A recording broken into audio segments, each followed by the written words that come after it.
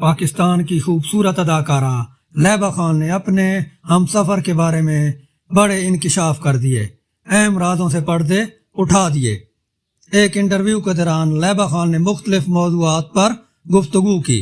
वहीं उन्होंने अपने हमसफ़र में पाई जाने वाली खुसूसियात के बारे में भी खुलकर बातें की।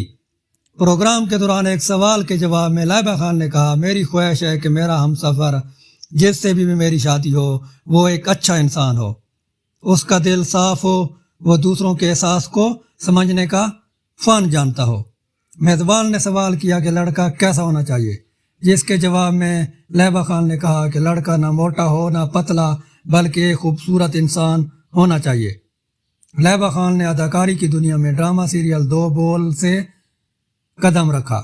उन्होंने हसीना, इंतकाम, जिंदगी एक पहेली जैसी ड्रामों में भी काम किया।